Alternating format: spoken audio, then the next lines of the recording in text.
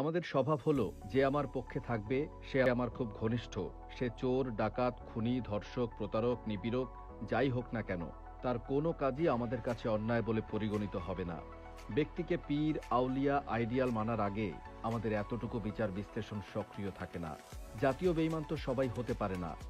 নজরুল ইসলাম ওরফে আসিফ নজরুল হতে পেরেছে।